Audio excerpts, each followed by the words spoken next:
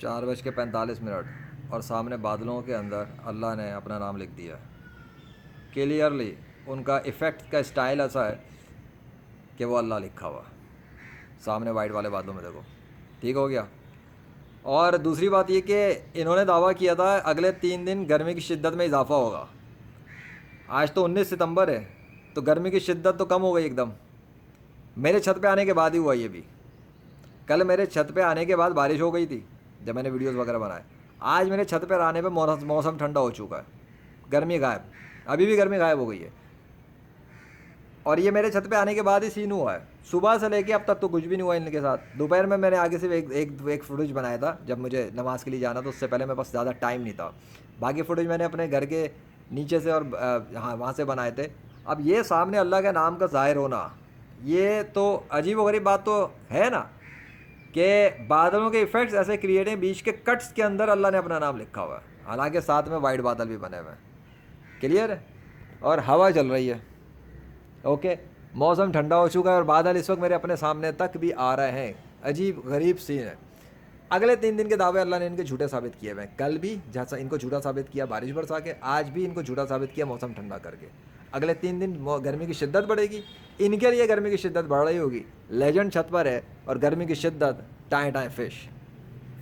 معجزہ نہیں تو کیا ہے, اللہ کی نشانیوں کے حوالے سے اور کیا ہے. بس اتنا دکھانا تھا مجھے. تو میں تو اس کے حوالے سے سوچ رہا تھا بات کرنے کو, پیچھے گھوما تو سامنے اللہ کے سگنیچر بادلوں کے اندر کٹس میں اللہ نے ڈیزائن کر کے رکھے ہوئے تھے.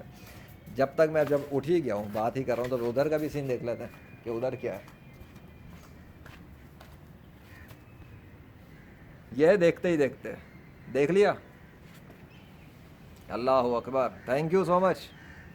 آپ کی نشانیاں تو چاروں طرف ہیں. اگر یہ عقل استعمال کریں تو ان کو سمجھ میں آئے. اب یہ سائنس ہے.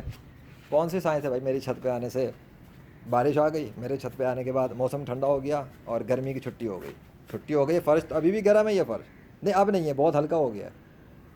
ایسی ہوا چل رہی ہے اور چلی ہے, ورنہ تو یہ گرم تپ رہا ہوگا دوپہر کے وقت. کلیئر ہے, کافی ہے. ہوا تو وہاں سے دیکھ لو نا, جھنڈے پہ دیکھ لو. میں بھی کہاں ادھر ادھر لگا ہوا, اللہ کے نام کے ساتھ درخت کے ساتھ یہ ہے تو صحیح. ٹھیک ہو گیا. ان کے اگلے 3 دن گرمی کی شدت کے دعوے زمین بوس کر دیے کر دیے گئے. اللہ نے کر دیے.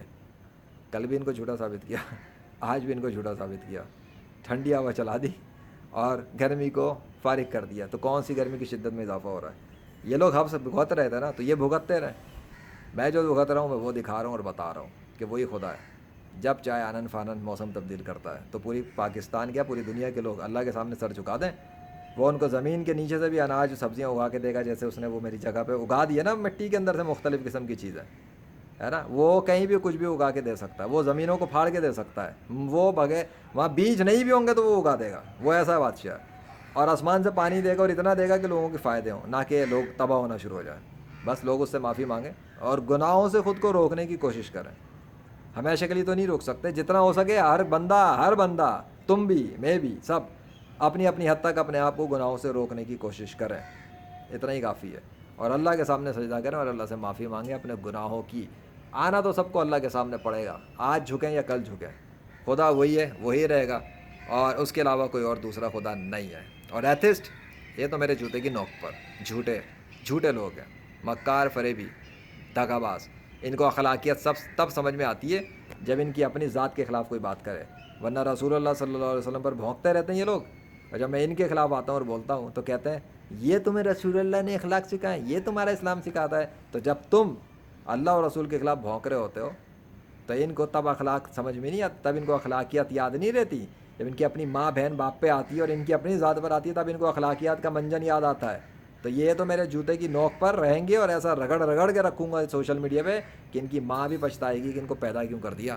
بیچارے اتنے ذلیل ہوئے لیجنڈ کے ہاتھوں 21ویں صدی میں. اللہ اکبر.